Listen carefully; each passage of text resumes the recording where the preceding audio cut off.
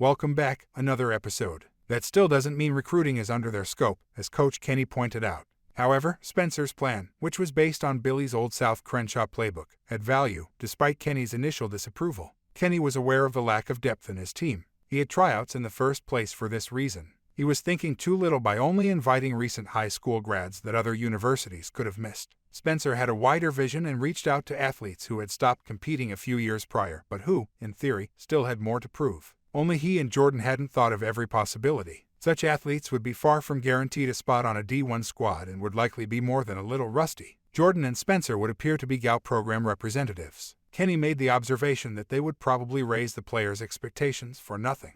However, the two housemates were committed to doing everything in their power to keep Gow alive. What would it hurt to follow through with meetings they had previously scheduled with a few players, especially if they had made no promises to their recruits? It appeared that either Spencer's research or their methodology lacked a little. The reason they had scheduled meetings with them was unknown to both of their recruits. The Mountain Guy lineman Jordan's request for the quarterback Kai was fulfilled. Kai was the only one who suspected Jordan was trying to get his younger brother, a talented athlete, to head to a stronger program than Gow. Kai, too, had a terrible past with Gow. When Garrett learned that Kai was going to become a single parent, he withdrew the scholarship offer he had made to Kai. Kai had been working 60 hours a week at a supermarket, just scraping by. Sal, Spencer's new recruit, served time in prison for committing a desperate crime while his family was living on the streets. He was now employed as a personal trainer. That Spencer wanted a training session made him feel honored. Kai and Sal also attended the invitation-only tryouts, which Spencer later revealed to Kenny. After some rocky beginnings, however, they managed to hold their own against Kenny's hand-picked recruits to the point where Kenny subsequently requested Spencer's list.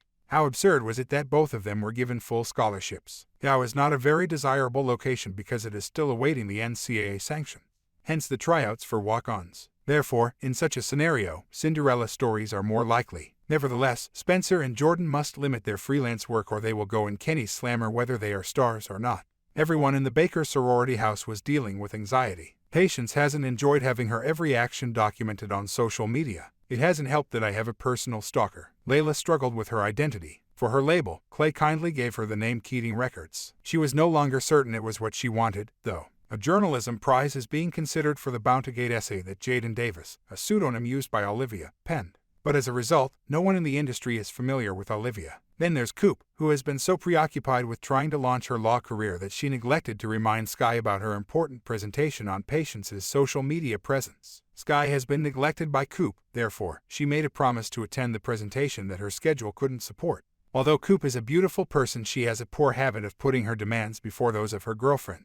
When a student fell out of the law class that Coop had been auditing, the lecturer added her to the class. The only catch was that she needed to be in a study group when Sky gave her presentation. Then her extremely white professor advised her to avoid using racial slurs when speaking to her fellow legal students. Trying to speak in good English made Coop sound like he might rupture an organ. Additionally, her group appreciated it when she used more everyday language to discuss a scenario. Coop returned home feeling good, only to have Sky break up with her when Coop handled her non-apology to Sky terribly. After interrupting a quinceanera, the other three experienced awakenings. Patience chose to stay and sing during the father-daughter dance after the guest of honor, Valerie, a Patience fangirl, recognized her. She was able to recall why she enjoyed performing because of that. Layla was inspired to choose a compound name for her label in remembrance of her parents by Valerie's hyphenated last name. As the final task she completed with Billy, Olivia made the decision to take credit for writing her piece. It's not like it would any longer have an impact on Jordan and Spencer's place on the squad.